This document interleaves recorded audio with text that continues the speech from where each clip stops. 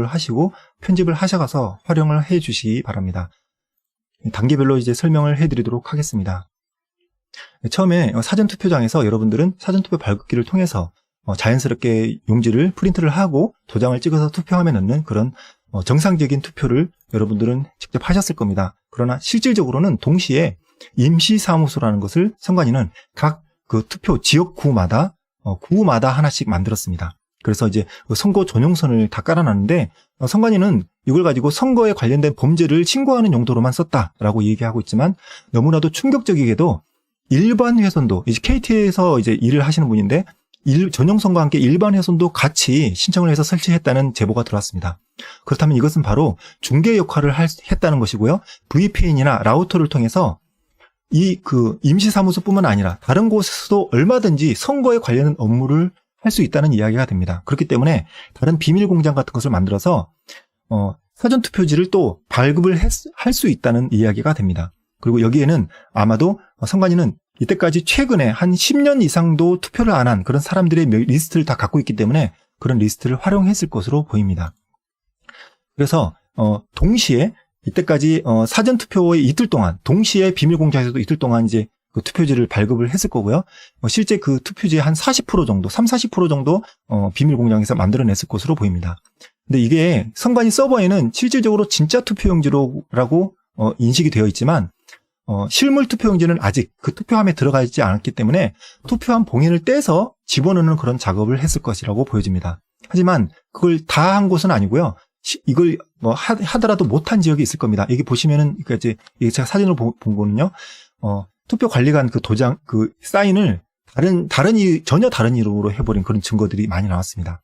그리고 두 번째로는 개표장 안에, 이제 그 투표한 그 조작을 못했을 경우에 개표장 안으로 직접 표를 들고 들어가서 100장 단위에 또 조작을 했을 것으로 보이는 그런 의심스러운 모습들이 많이 보였습니다. 쇼핑백 같은데, 투표용지를 들고 가는 그런 그런 것이 의심되는 모습들이 많이 보이는데요. 그래서, 개표 당일날에는, 그 투표함에다가 100장 단위로 넣었다든지, 그리고 아니면 그 투표함을 열고 계함부에서 정신없이 이제 표를 정리할 때 100장을 넣은 것으로 추정이 되고 있습니다. 그래서 분류기에서 어떤 현상이 나냐면, 계함부에서 다 모아가지고 표를 넣었기 때문에 표들이 다 순서가 제각각이어야 됨에도 불구하고 특정 후보, 1번 후보표가 100장 단위로 연속으로 나오는 현상이 상당히 많이 있었습니다. 그렇기 때문에 그 분류기 이전 단계에서 이 표들을 우겨 넣었을 것으로 좀 추정이 되고요. 그리고 마지막으로는 마지막이 아니라 분류기에서 이제 미세 조정하는 조작 작업이 들어갑니다. 이것은 개표 상황표가 선관위 서버에 이제 전달이 되는데 이것 외에 선관위 서버가 하나 더 있었습니다. 바로 이제 조작 서버인데요.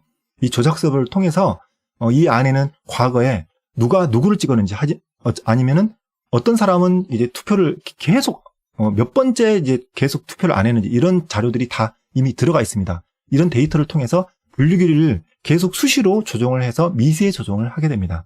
이 미세 조정은 많은 표가 될 필요가 없습니다. 200장, 300장 혹은 400장당 딱 한 표만 조작을 해도 미세 조정이 가능합니다. 2번 표를 1번 표로 혹은 3번 표를 1번 표로 2번 표는 무효표로 혹은 무효표를 1번 표로 하는 등의 이 조작을 아주 몇백 장 중에 한 장만 하는 것으로 미세 조정을 할 수 있습니다. 그래서 마지막으로는 이렇게 해서 분류기에서 완벽하게 조작을 했는데 분류기에서 한 가지 더 말씀드릴 것은 분류기에서 이렇게 아주 작은 수의 조작을 했지만 특정 지역에서 이렇게 그 투표함에다가 뭉치를 못 넣는 등의 그런 사전에 조작을 못했을 경우에는 분류기에서 크게 조작을 한 경우도 있습니다. 부여 청양 같은 그런 지역인데요. 그러니까 이제 선관위는 전체적인 그 조작 시스템을 아주 능동적으로 아주 그 상황에 맞게 조작을 한 것으로 보입니다. 그래서 분류기에서 대량 조작을 한 일부 지역도 있고요. 대체로 분류기는 미세 조정을 했습니다만 마지막에 이 표가 딱 정리가 될 때 분류기에서 조작을 했지만 한 장이나 두 장 정도 남기도 하고 모자라기도 한 그런 그 지역이 있었습니다. 그런 곳은 정말 이제 아주 소수의 지역인데 거기에서는 잔여 투표 용지를 뜯어가지고 봉인을 열어가지고 이건 절대 열면 안 되는 거거든요. 이걸 열어가지고 아주 자연스럽게 집어넣거나 다시 빼는 등의 그런 가감을 한 것으로 보입니다. 이건 강북구에 있는 그 상황을 촬영한 것을 제보를 받았습니다. 그래서 당일 투표가 만약에 한두 장 틀리다. 당일 투표도 지금 조작을 했거든요. 당일 투표 조작에서는 잔여 투표 용지에서 다시 집어넣거나 다시 빼거나 해서 플러스 마이너스를 정확하게 맞췄고요. 사전 투표에서는 고소 선상 투표에서 맞춰준 것으로 보입니다. 혹은 그 투표지 분류기 등록 용지라는 것도 또 그 의혹스러운데요. 그런 것들 포함해서 고소 선상 투표에서 얼마든지 자연스럽게 안 맞는 수치를 가감을 해서 맞춘 것으로 보입니다. 왜냐하면 고소 선상, 이것도 이제 제보가 들어오는 내용인데요. 고소 선상 투표에서의 확정된 투표자 수는 바뀔 수가 없습니다. 투표 전과 후라고 해도 바뀔 수가 없는데 투표 전과 후가 지금 전혀 다른데도 다르고요. 그리고 각 투표소마다 아주 소수의 몇 장 단위로 지금 다들 안 맞고 있습니다. 그렇기 때문에 마지막에 최후에 낱장을 맞추는 것으로 사용됐을 것으로 추정이 되고 있습니다.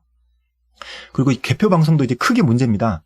여러분들이 조작 서버라고 알고 있지만 이거는 이제 선관위가 실질적으로 방송에도 활용을 해야 되기 때문에 임차 서버를 만들었습니다. 그래서 이 조작 서버와 완전히 동기화가 되고 있는 임차 서버를 만들어서 이 임차 서버를 통해서 홈페이지로도 데이터를 내보내고 개표 방송으로도 데이터를 내보냈습니다. 우리가 TV를 통해서 본 것은 다 이 조작 서버를 한번 거친 임차 서버를 통해서 TV 내용을 방송을 본 겁니다. 근데 그 개표 방송과 실제 그 선거 그 개표장에서의 이 숫자와 이거 바로 이제 개표 상황표의 숫자인데요.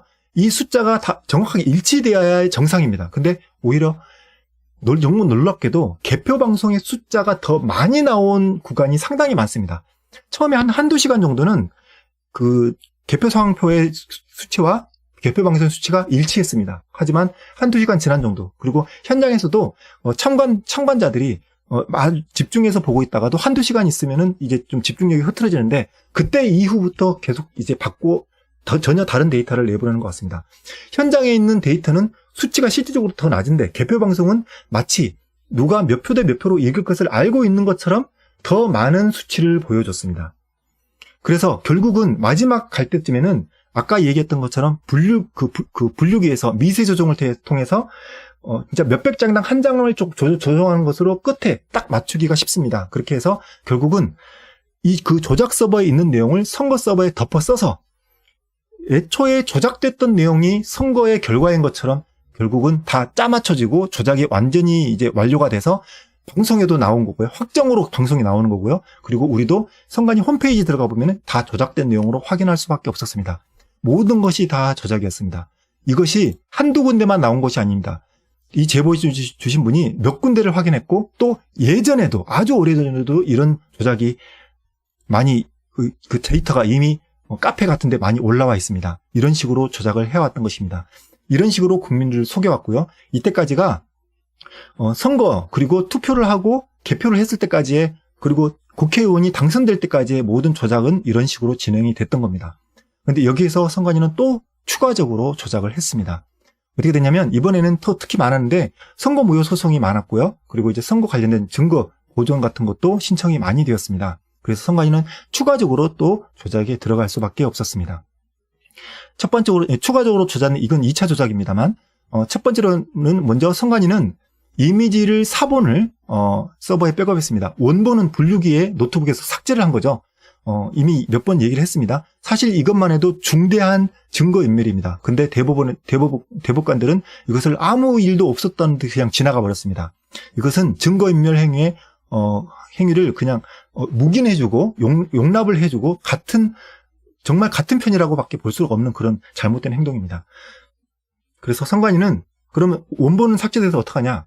이것은 선관위 사본이 있습니다. 이 사본은 선관위가 이야기하는 사본과 전혀 다른 실제 원본과 동일한 사본입니다. 외장 하드에 똑같이 카피가 된 이 사본을 조작 서버에 집어넣었습니다. 그래서 앞으로 다음에 또 선거를 조작을 할 때 유용하게 쓰일 수 있는 데이터이기 때문에 선거 때마다 계속 다 서버에 다 하나로 다 모아놨습니다. 그 다음에는 원본을 삭제합니다. 분류기에 있는 노트북에 있는 이 원본을 삭제해도 상관없죠. 이미 외장 하드에도 있고 서버에도 있기 때문에 두 군데에 있기 때문에 원본은 삭제를 했습니다. 그리고 다음으로는 시간 끌기를 합니다. 선관위에서는 이제 그 대량 인쇄를 해야 되기 때문에 그 시간을 끌고요. 각 지방법원 혹은 대법원에서까지 증거 보존을 계속 기각하는 등의 말도 안 되는 시간끈을 끄는 행위들을 했습니다. 그래서 선관위는 가장 먼저 이미지를 만들었습니다. 이 이미지는 프린트용 이미지입니다. 단순히 프린트만 하기 위한 이미지를 제작을 했습니다. 이건 뭐 3만 장, 4만 장, 그 지역구마다 이렇게 만들었겠죠. 각 투표구마다 3만 장, 4만 장 이렇게 이미지를 만들어냈습니다. 그 이미지 만든 거 가지고 바로 디지털 대량 인쇄를 합니다. 이 이미지는 우리는 알 수 없지만 아마 선관위가 갖고 있을 겁니다. 그리고 이 대량 인쇄를 한 다음에 이 그 표들이 나올 건데요. 이 그 표들을 이제 빳빳한 게 있겠죠. 그리고 어떤 이유인지 모르겠습니다만 일부 앱손 프린터에서 그 인쇄된 그 용지도 한 30% 정도 섞여 있었습니다. 하지만 이것도 가짜죠.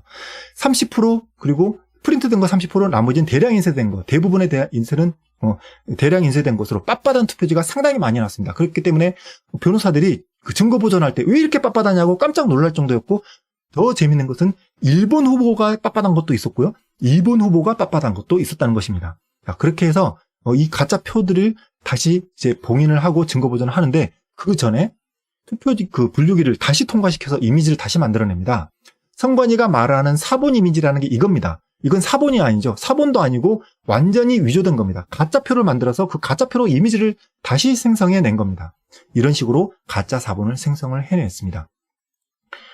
그래서 이제 이때까지는 그 증거 보존을 한 거였고요. 그 대법원에 이제 증거 보존이 됐던 자료들은 이런 식으로 구성이 됐던 거였고요.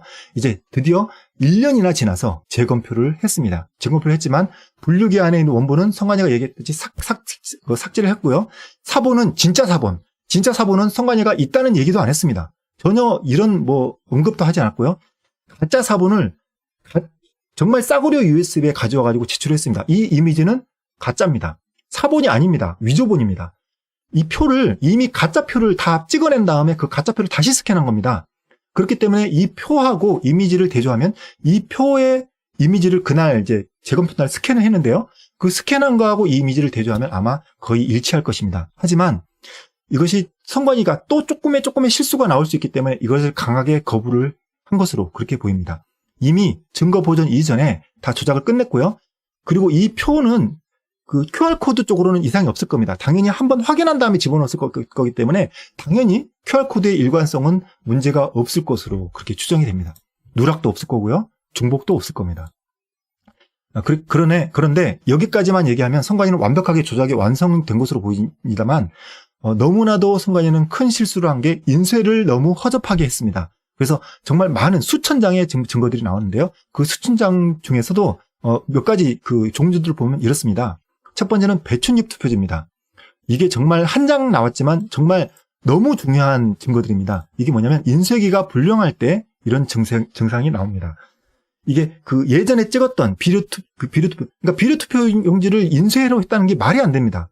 인쇄기에서 나왔다는 게 말이 안 됩니다. 이게 사전투표지이기 때문에 이게 전에 인쇄했던 걸 깨끗이 판을 닦지 않고 할 때 이런 증세가 나올 수 있고요. 혹은 예전에 찍었던 그 인쇄 중에서 비례투표용지가 일부 약간 찢어져서 들어갔을 경우에 찢어졌던 게 붙어서 나온 걸 수도 있습니다. 그러니까 이게 지금 인쇄된 걸 수도 있고 여기 밑에 있는 비례투표용지 부분이 인쇄가 아니라 이제 종이가 딱 붙어 있는 걸 수도 있습니다. 이렇게 떼면 종이가 떼질 수도 있는 부분인 겁니다.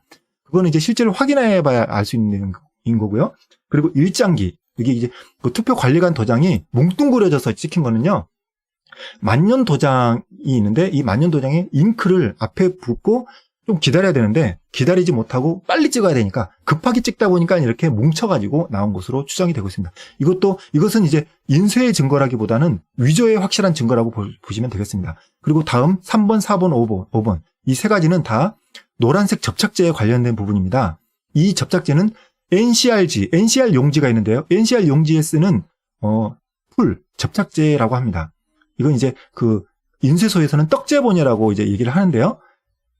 이건 여러분들도 영수증 이런 거 사용하실 때 보셨을 겁니다. 아주 노란색의 신축성이 있는 그런 용지고요. 종이를 한 장 한 장 잡아주는 역할을 합니다. 손쉽게 떼어낼 수 있고요.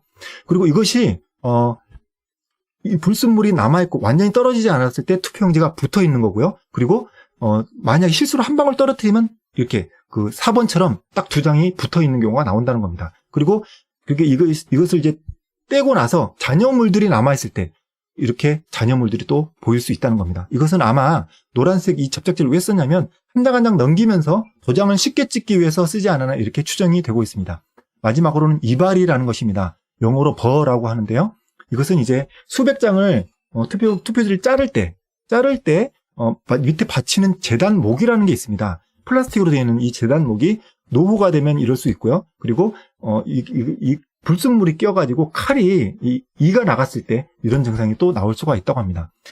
결국 확실한 것은 이 모든 6가지 종류의 수천 장의 그 불량 용지들은 투표용지들은 대량 인쇄에서만 나타나는 현상들이라는 것입니다.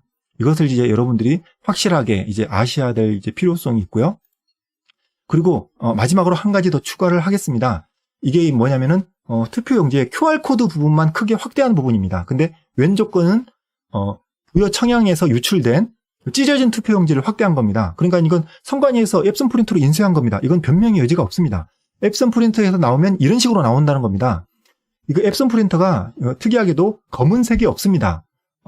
검은색이 없는 프린터가 많이 있습니다. 컬러 프린터 중에. 그럼 그런 프린터는 검은색을 인쇄를 할 때 빨간색, 파란색, 노란색을 적절하게 섞어서 인쇄를 하기 때문에 상당히 거칠고 검은색이지만 자세히 보면 다 여러 가지 색깔이 섞여 있고요. 그리고 그 테두리가 상당히 그 거친 모습을 보입니다. 이게 잉크젯의 특징입니다. 이렇게 잉크가 번지기 때문에 이런 식으로 거칠게 테두리가 나오는 것이고요.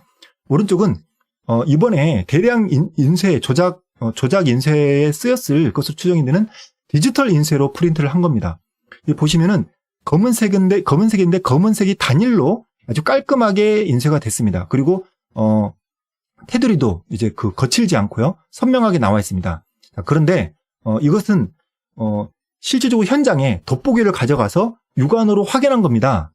육안으로 확인을 변호사님들도 일부 했고요. 참관인들도 했습니다. 인쇄 전문가도 했고요.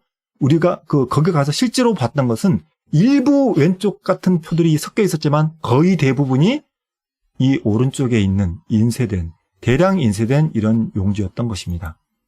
이런 식으로 조작을 해왔던 것입니다. 여러분들이 이때까지 부정선거의 조작 흐름들을 가지고 설명을 해드렸습니다.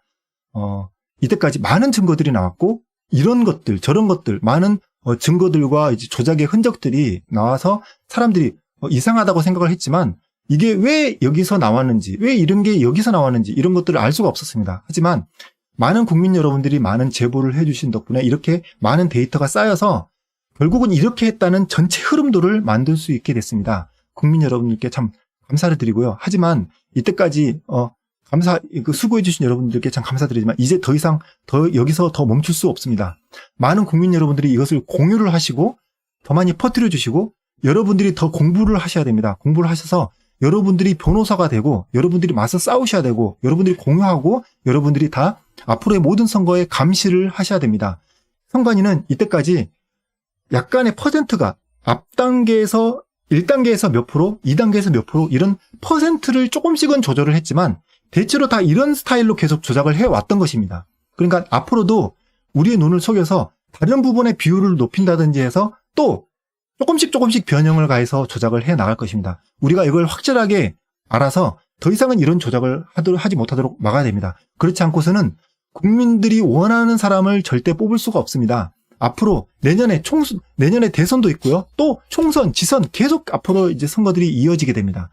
그런 데 있어서 국민 여러분들이 정말 이것을 널리 알리고 막아야지만 제대로 된 이제 선거를 할 수 있게 됩니다. 더욱이나 이것을 더 많이 알려서 이번 4.15 부정선거를 어떻게 했다는 것을 이걸 또 검찰에도 알리고요. 수사하는데도 크게 좀 더 많이 활용을 해 주시기 바랍니다. 이런 식으로 했고 이걸 압수수색을 하면 여기에 대한 증거들이 쏟아질 겁니다. 그리고 이것보다 더 깊은 조작의 흔적들을 더 많이 찾아낼 수 있을 겁니다.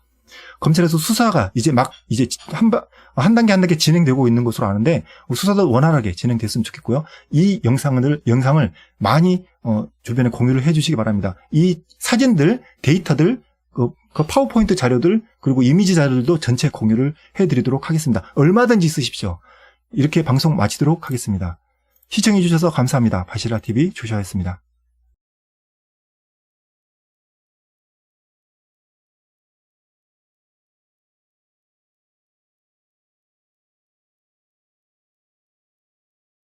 오늘 이 홍해걸 쇼를 통해서 아스피린에 대한 이야기를 여러분께 좀 들려드릴까 합니다. 이렇게 제가 들고 왔는데, 네, 이런 약이란 말이에요.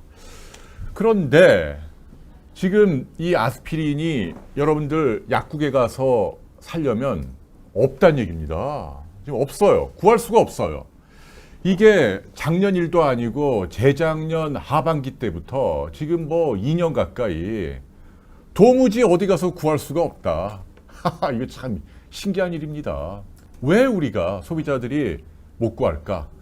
이 제가 들고 온 건 이제 프랑스에 출장 갈 때 사온 거예요. 프랑스 약국에서. 요거는 제가 일본에 가서 구한 거란 말이에요. 일본 아스피린. 저 아스피린 좋아하는데 우리나라에서 도무지 못 구하니까 다른 나라에서는 이거 다 파는데 지금도 아니 왜 우리나라에서는 아스피린을 못 구할까? 저희가 취재한 내용을 여러분들께 좀 들려드릴까 합니다. 자, 먼저 아스피린이 무엇인가 하는 것부터 좀 설명을 드려야 될 것 같아요. 대표적인 일반 의약품, 의사 처방 없이 아무나 약국에 가서 구할 수 있는 약이잖아요. 요즘 뭐 슈퍼나 24시간 편의점에도 진통소염제 구할 수 있단 말이에요. 그런데 아스피린은 못 구한다. 왜 그런지 나중에 말씀드리고, 먼저 이 아스피린이라는 게 왜 우리에게 중요한지 그 이야기를 좀 들려드릴까 해요. 아스피린이 뭐예요? 이게요, 기원 전부터 경험적으로 알았던 약이라는 거 아닙니까? 뭐 염증 나고 열 나고 할 때 특히 인디안들이 활용을 많이 했대잖아요. 그래, 그거를 이제 독일의 화학자죠. 펠릭스 호프만이잖아. 네. 지금 나온 지가요, 그게 1800년대예요. 1897년도에 독일의 제약회사 바이엘에서 이거를 이제 최초로 합성을 해서 지금은 이제 나온 지가 100년도 넘었어요. 작년이 이제 120주년이란 말이에요.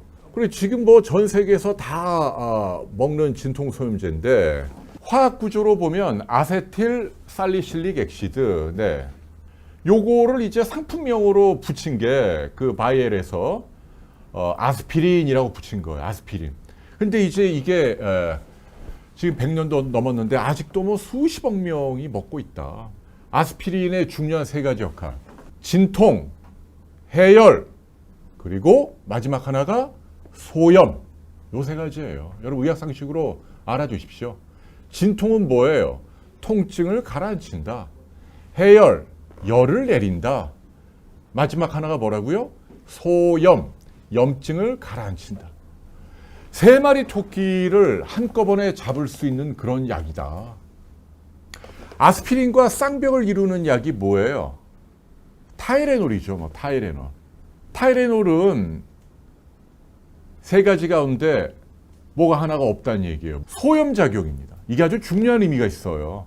그러니까 타이레놀은 아스피린에 비해서 가장 장점이 뭐예요? 위장에 막 속을 쓰리게 하는 아스피린의 상당히 가장 큰 단점인데 그게 없다는. 그러니까 굉장한 장점이죠, 타이레놀은. 그런데 타이레놀의 결정적인 한 가지 흠이 소염작용이 없다. 열을 내리고 해열, 그 다음에 통증을 가라앉히고 진통, 여기까지는 똑같아요. 그러나 타이레놀은 몸 안에 이렇게 벌겋게 성이 나서 붓고 아픈 욱신욱신한 이른바 염증을 가라앉히는 효과가 떨어진다. 거의 없다. 그렇기 때문에 여러분들이 일반적인 뭐 해열이나 뭐 열이 난다라든지 어디가 아프다라든지 뭐 두통 같은 거, 생리통 같은 거, 염증이 크게 동반되지 않은 그런 경우에는 제가 보기엔 타이레놀 드시는 게 좋아요. 그런데 어떤 형태로든 염증이 동반된 경우에는 그때는 아스피린이 좋다. 왜? 소염작용이 있으니까. 그래갖고 우리가 지난 1897년 펠릭스 호프만이 이제 바이엘에서 만든 이래로 많은 사람들이 감기, 몸살, 관절염, 뭐 두통, 뭐 어디가 욱신욱신 아플 때 이 아스피린을 많이 먹었단 말이에요. 지금 이제 특허가 풀려갖고 바이엘뿐 아니라 뭐 많은 나라에서도 많은 다른 제약회사에서도 이른바 카피약을 막 만들죠. 네. 자, 그런데 여러분도 알다시피 한 20, 30년 전에 갑자기 아스피린의 뜻하지 않은 의외의 효과가 막 나온 거예요. 피가 엉키지 않게 하는, 혈전이 생기게 하는 걸 막는, 그러니까 피를 좀 묽게 만들어서 그래갖고 혈관이 엉기거나 터지거나 뭐 중풍이나 심장병, 이런 걸 막는 효과가 한 20, 30년 전부터 논문이 막 나오는 겁니다. 여러분들 뭐 다 아시죠? 여러분들 주변에 어르신들 가운데도 매일 아스피린 먹는 분이 있단 말이에요. 영양제처럼. 이제 그때 먹을 때는요, 똑같은 성분이긴 하나 용량을 줄이죠. 진통, 소염, 뭐 감기, 몸살, 관절 아플 때 먹는 건 이제 한 알에 500mg짜리 큰 거예요. 근데 피를 묽게 만드는 용도는 5분의 1, 보통 한 100mg, 작은 알약.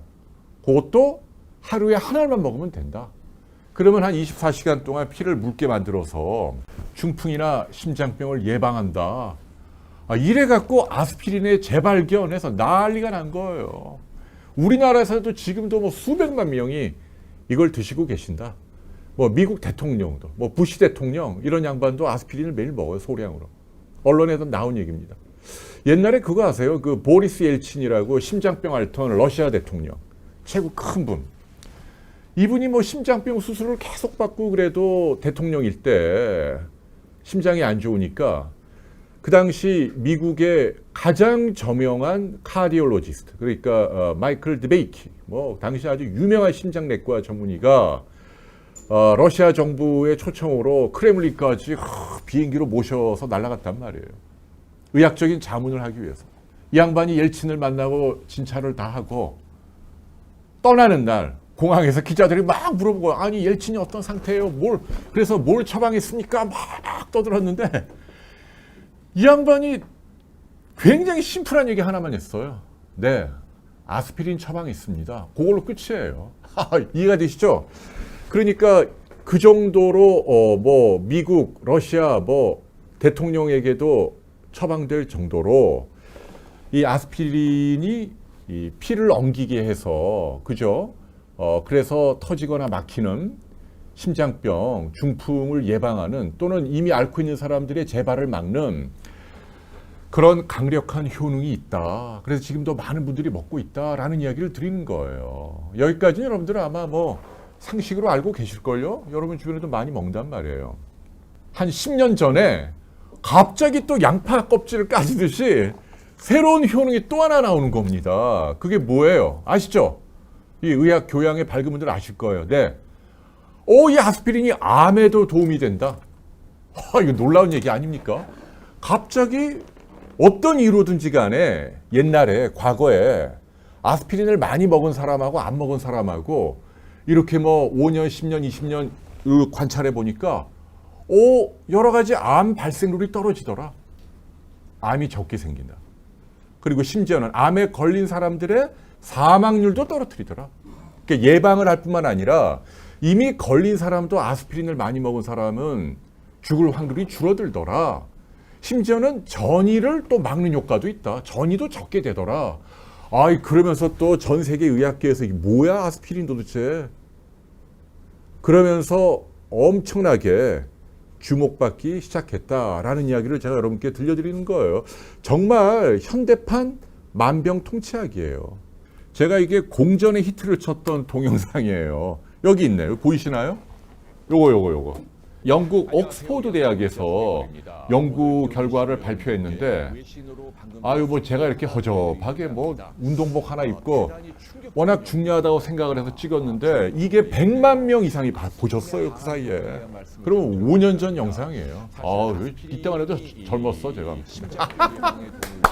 그래갖고 이제 공전의 히트를 치고, 홍해걸이라는 녀석이 뭐 아스피린 뭐 암에 도움이 된다 하더라 해서 화제가 됐는데, 그래 그때만 해도요 제가 좀 불안했다는 거죠. 왜냐하면 아직은 뭐 후속 연구가 부족했으니까.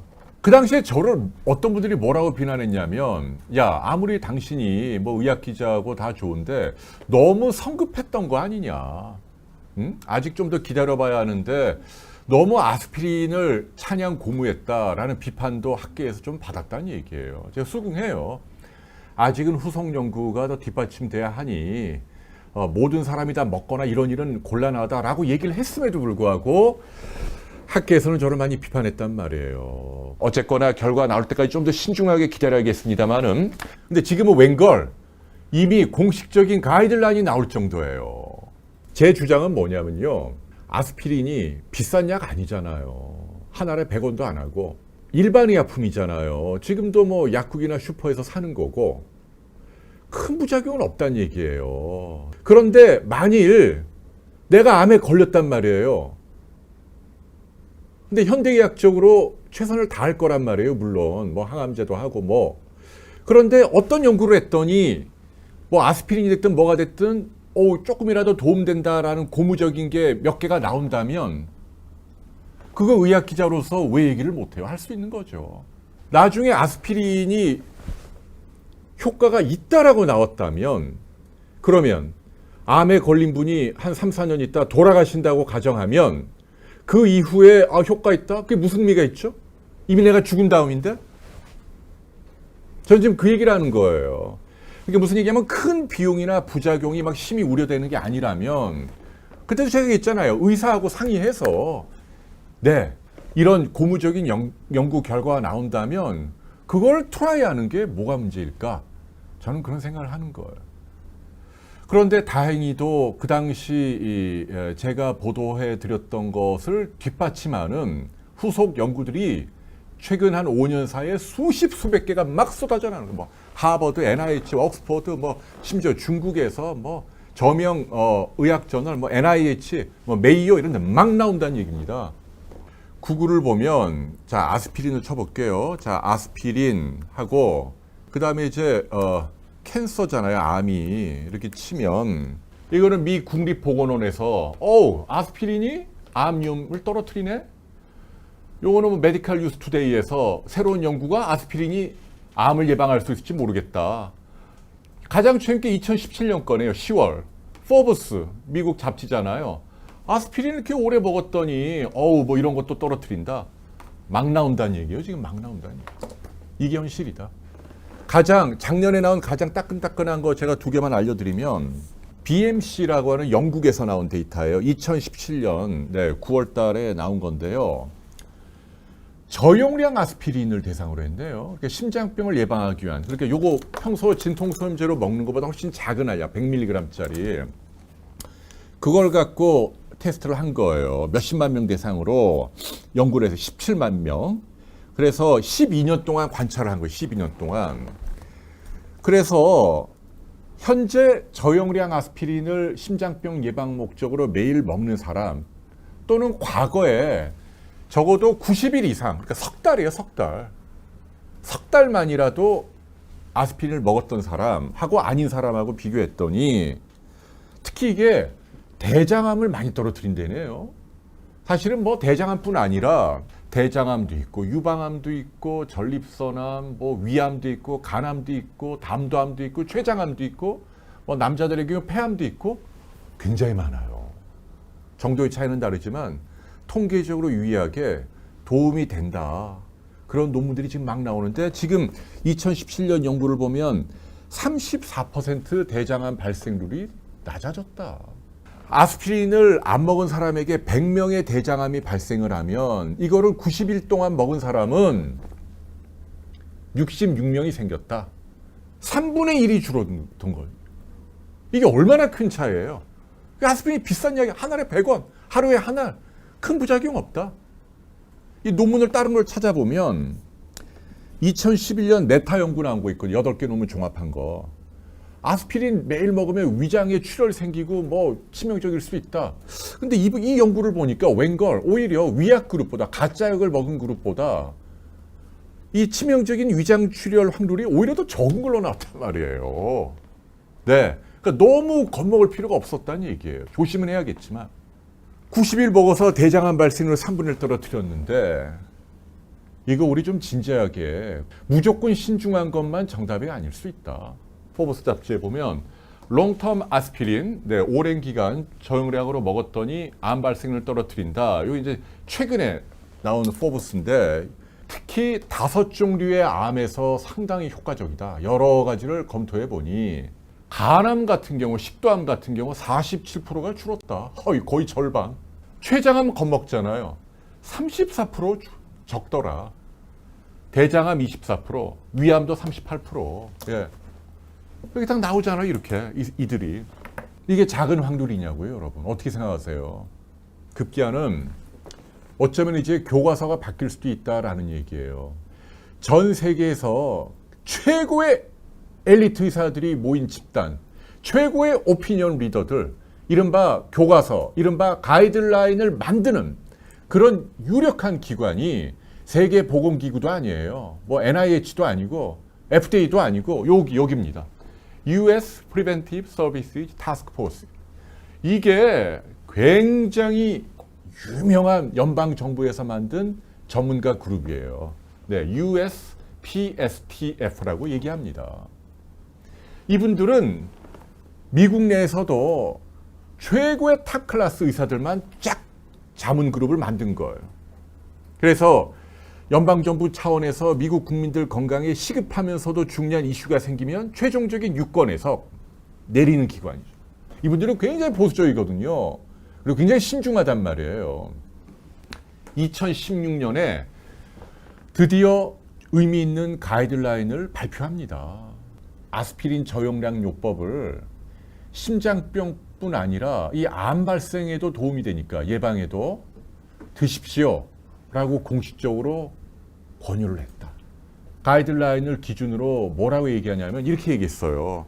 나이가 50에서 60 사이에 해당되는 분들은 매일 아스피린을 드십시오. 심장병, 중풍뿐 아니라 암 예방에도 도움이 되니까.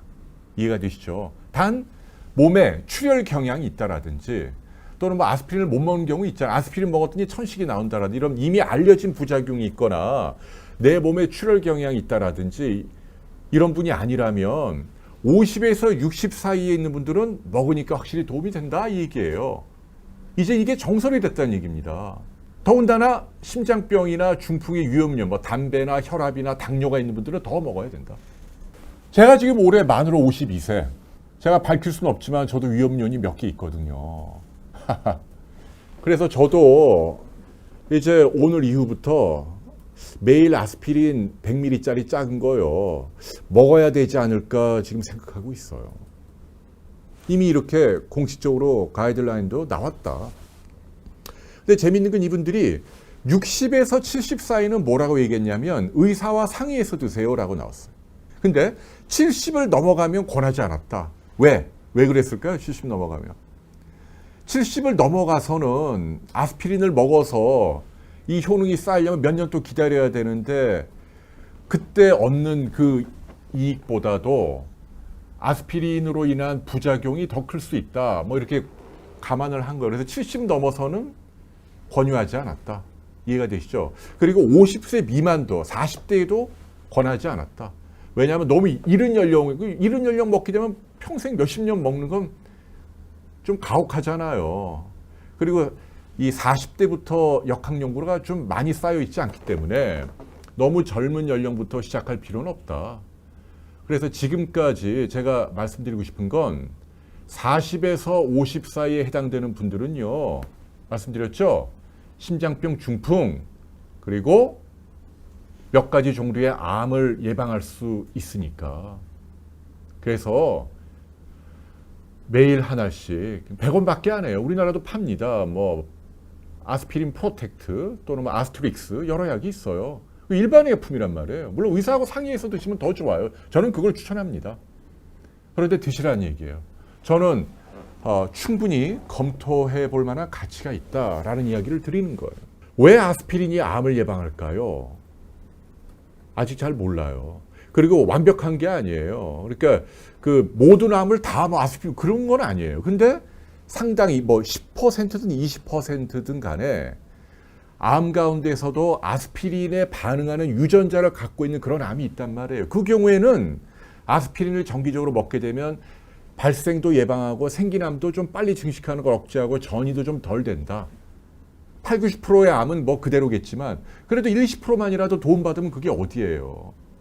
NGS 테크닉이라고 유전자 분석 기술이 발전하면 조만간 어떤 종류의 암이 아스피린과 반응한다는 게 나올 겁니다. 아직은 안 나왔지만 그 기술이 이제 열매를 맺으면 예를 들면 폐암, 위암, 간암, 대장암 걸리면 그 암세포를 떼갖고 이거 아스피린 도움되는 암이네? 유전자가 밝혀지면 아마 아스피린 의사들이 먹게 할 거예요. 지금은 아직 그런 기술이 없단 말이에요. 그게 안 밝혀졌지만 그러니까 투망식으로 먹어야죠. 내가 그 유전자가 있는지 없는지 모르지만 단 10분의 1이라도 그런 암이 생길 수 있다면, 이미 또 생겼다면 why not? 100원밖에 안 하는데 의사하고 상의해서 큰 부작용이 없다면 저는 드십시오. 이걸 추천하고 싶다라는 얘기입니다. 많은 학자들의 생각은 아스피린이 염증을 가라앉히잖아요. 근데 여러분도 아시죠? 이 암이라는 게 결국은 염증이거든요. 이유는 잘 모르지만 그게 담배 연기가 됐건 성명 가루가 되었건 햇볕 자외선 세균이나 바이러스가 되었건 아니면 화학적인 발암물질 환경 공해 뭐가 되었건 간에 우리 몸의 어떤 부위를 막 뭐가 공격을 해서 여기에 막 염증이 1년, 2년, 3년, 4년, 5년 오래 남게 되면 여기에서 세포가 세살을 만들 때 돌연변이가 일어난다. 그게 암이란 얘기죠. 이 손등을 막 긁어 일부러 피가 날 때까지 멀겋게 성이 나고 진물이 흐르고 딱지가 가라앉고 나을만 할 때 또 긁어요. 이렇게 계속 일부러 긁잖아요. 여기에 암세포가 나온다는 얘기예요. 그래서 위염을 오래 앓으면 위암이 생기고 간염을 오래 앓으면 간암이 생기는 거예요. 모든 암 이전에 점막에 항상 만성염증이 동반된다. 그래서 경로는 뭔지 모르지만 아스피린 특유의 이 염증을 가라앉히는 효능이 암으로 돌연변이가 되는 걸 막아주는 일부의 암이긴 합니다만은 효능이 있다라고 생각하는 거예요. 아스피린이 이렇게 양파 껍질 까듯이 진통, 소염, 해열, 감기, 몸살, 관절염 때, 두통 때 먹는 데에서 심장병을 예방하는 피를 묽게 만드는 저용량 아스피린으로 많이들 드시다가 최근에는 암을 예방하거나 사망률을 떨어뜨리는 데도 도움이 될 수 있다라는 연구 결과들이 많이 나오고 있다. 그래서 말씀드렸죠. 권위 있는 기관에서 나이가 50에서 60 사이에 해당되는 분들은 아주 적극적으로 100ml짜리 작은 이것도 우리나라에 뭐 일반 약품 100원밖에 안 해요. 근데 기왕이면 제가 드리고 싶은 말씀은 의사하고 상의를 하세요. 동네 주치 의사하고. 왜냐하면 아스피린도 부작용이 있으니까 뭐 속이 쓰리고 출혈도 될 수는 있으니까 관찰하면서 드시면 여러분 건강에 정말 도움이 될 겁니다. 저도 매일 아스피린 100ml짜리 짠 거 먹는 걸 검토하겠다.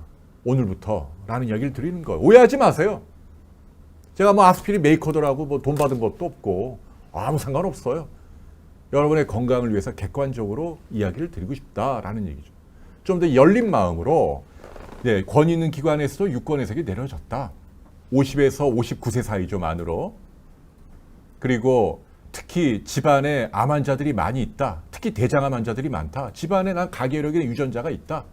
그리고 나는 여러 가지 바람 환경, 담배 좋아하고 뭐 이렇다. 그런데 심장병 위험 요인도 있다. 혈압, 혈당, 콜레스테롤 이런 분들 뱃살도 나오고 그러면은 이 아스피린이 암 예방, 심장병 예방 효과 두 가지를 쌍으로 얻을 수 있는데 why not? 왜 안 하냐는 얘기죠. 이해가 되시죠? 긍정적으로 검토하십시오 라는 말씀을 드리고 싶어요. 여러분이 감기, 몸살, 몸이 안 좋거나 어디가 아프거나 허리가 아프거나 뭐 관절이 아프거나 그러면 진통 소염제는 수백 가지를 팔아요. 지금도. 근데 기왕이면 아스피린 먹는 거 좋은 거 아니에요? 이런 효능도 있는데 다른 진통 소염제에서는 그런 효능이 입증되지 않았단 말이에요. only 아스피린이. 그러면 500mg짜리를 먹을 때도 기왕이면 뭐 심장병, 중풍 또는 뭐 암 예방 효과도 강력하게 입증되고 있는 아스피린을 먹으면 좋잖아요. 근데 문제는 뭐라고요? 이걸 안 판다는 얘기입니다. 안 판다. 그 얘기 좀 할게요. 바이엘이죠. 뭐 독일 바이엘 한국에 이제 들어와 있는데 2016년도 하반기 때 갑자기 석연치 않은 이유로 판매를 중단한다. 리콜을 했어요. 자진해서 회사에서. 이유는 이 500mg짜리 만드는 공장이 인도네시아에 있는데 용출 실험을 했더니 이게 아스피린이 몸에서 잘 안 녹는다. 그래갖고 부작용이 있다는 건 아니에요. 부작용이 아니라 안정성. 그러니까 요게 이제 적절한 시간에 쫙 녹아서 흡수가 돼야 되는데 잘 녹질 않으니까 효과가 제대로 안 날 우려가 있다라는 이유로 갑자기 다 회수를 하고 이걸 안 파는 거예요. 재작년부터. 일본을 가니까 팔고 프랑스에서도 팔고 미국에서도 팔고 500mg. 심지어 미국에서는 뭐 아스피린 스트렝스 해갖고 여기를 뭐 코팅을 하거나 아니면 뭐 칼슘 같은 걸로 잘 믹스해갖고 버퍼링이라고 그러죠. 그러니까 이게 위장에 덜 자극을 해주는 아주 강력한 500mg짜리 좋은 품질의 아스피린이 선진국에서는 다 팔린단 말이에요. 위장을 보호하면서도 그것도 값도 싸더라고요. 그 뭐더라 저 아마존 들어가 보니까 한 알에 뭐 100원도 안 해요. 근데 왜 우리나라는 지금 1년 6, 7개월 가까이 이걸 왜 공급을 안 하죠? 나 이해가 안 가요, 도대체. 정말 이해가 안 가요. 어제 바이엘 그 관계자분하고 전화 통화를 했어요. 왜 그러세요? 그랬더니 그분들도 잘 모르는 것 같아. 왜냐하면 이제 한국은 지사고 본사는 독일에 있으니까 독일에서 뭔가 지침이 내려진 모양인데 본인들도 노력은 하고 있대요. 그래서 인도네시아 공장에서 못 만들고 독일 공장으로 이전해서 한국 물량을 만들어 공급을 하는데 이것도 6월 달 돼야지 확실히 알 수 있다. 뭐 이러고 얘기하네요. 저는 이해가 안 가요. 아스피린이 국민 건강에 상당히 도움이 될 수 있는 약이고 아까 말한 여러 가지 효능이 있고 사람들이 많이 찾는 약인데 무려 2년 가까이 사람들이 약국에서 못 구한단 말이에요. 사실은 이게 큰 뉴스예요. 근데 우리나라 언론도 관심이 없고 의료계도 관심이 없어요. 왜 관심이 없죠? 아스피린 말고도 뭐 낙센이나 뭐 에어탈이나 뭐 타이레놀이나 뭐 브루펜이나 다른 약은 많다. 그리고 이게 마진이 얼마인데요, 이게. 그러니까 카피약도 요새는 안 팔아요. 옛날에 뭐 알보제네, 로날, 뭐 신풍 아스피린. 그러니까 시중에 이 아스피린 500mg이 바이엘 오리지널뿐 아니라 카피약도 씨가 말랐어요. 그러니까 이게 제가 보기엔 마진이 얼마 안 되기 때문에 그러는 것 같아요. 근데 그건 굉장히 잘못됐다는 얘기를 하는 거예요. 아스피린을 찾는 사람들이 있는데 왜 우리나라 그 뭐 식약처도 그렇고 소비자 단체도 그렇고 의료계도 그렇고 관심이 없을까? 아스피린이 좋은 효과가 있는데 기왕 감기 몸살이면 심장병 예방 효과도 있고 항암 작용도 있는 이걸 먹는 게 좋은 거 아니에요? 값도 비싼 것도 아니고 100년 이상 된 약인데 이게 2년 가까이 한국에서 안 팔리고 있는데 왜 다들 침묵하고 있죠? 왜 바이엘은 아무 해명을 안 하고 있죠? 뭔가 좀 석연치 않다는 얘기예요. 공장에서 한국 물량 만드는 게 뭐가 어려워요? 이게 뭐 만드는 게 뭐가 힘들다고요? 굉장히 심플한 약이거든요. 이거 해명해야 돼요. 그러니까 뭔가 동기부여가 안 되는 탓이겠죠. 뭐 마진이 안 되든 뭔지 모르지만 그거는 제가 볼 때는 좀 기업 윤리에도 좀 어긋나는 일이다. 전 세계 모든 나라가 다 파는데 2년 가까이 우리나라 소비자들이 이 아스피린을 못 먹게 하는 건 잘못된 거다. 제가 볼 때는 조금 더 책임 있게 행동해야 한다라는 이야기를 드리고 싶어요. 이유를 뭐 제대로 설명하든지 아니면 지금이라도 빨리 공급을 하세요. 이게 우리나라가 선진국이고 인구 5천만 명의 큰 나라인데 전 세계 모든 나라에서 이걸 다 파는데 한국 시장에서 아직도 이걸 안 팔고 있다? 이거는 사실은 빅뉴스예요. 작은 뉴스가 아니고 우리 소비자 권리 차원에서도 압력을 행사해야 한다. 그 얘기를 제가 여러분께 드리는 겁니다.